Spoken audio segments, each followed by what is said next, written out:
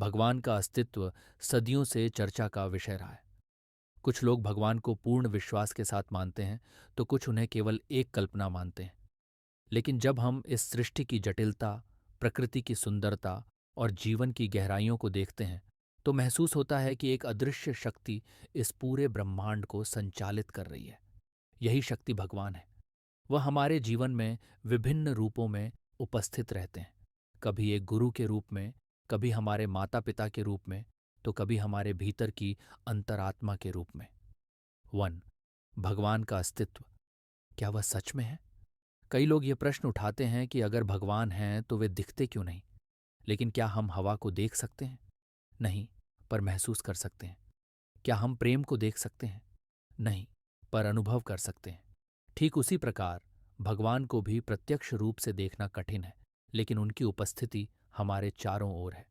प्राकृतिक प्रमाण, सूरज, चांद, तारे और ग्रहों की सटीक गति किसी अदृश्य शक्ति द्वारा नियंत्रित होती है।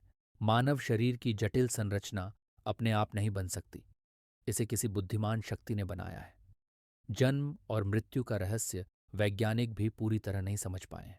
आध्यात्मिक प्रमाण, ध्यान और भक्ति करने वाले संत और योगी भगवान के अस्तित्व को महसूस करते हैं। भक्ति करने से हमें मानसिक शांति और सकारात्मक ऊर्जा मिलती है। कई लोगों ने जीवन में चमत्कारी अनुभव किए हैं जो यह दर्शाते हैं कि भगवान है। 2, भगवान की भूमिका हमारे जीवन में आए मार्गदर्शक के रूप में।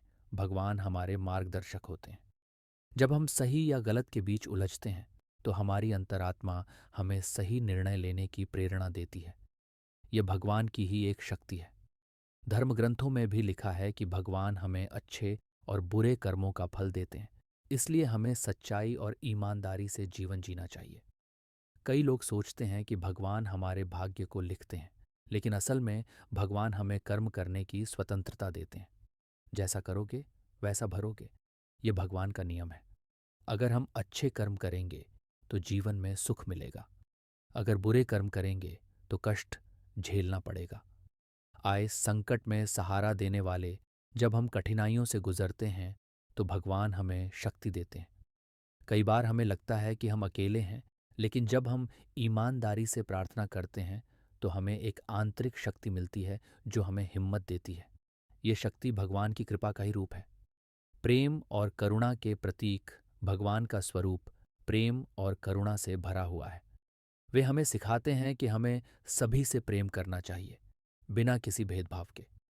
जब हम दूसरों की मदद करते हैं तो यह भगवान की सेवा के समान होता है। परीक्षा लेने वाले भगवान हमारी परीक्षा भी लेते हैं। जब हमें कठिनाइयाँ आती हैं तो वे हमें मजबूत बनाने के लिए होती हैं।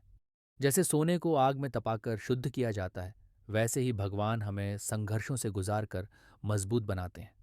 अगर हम धैर्य और विश्वास रखें तो अंततः हमें सफलता मिलती है।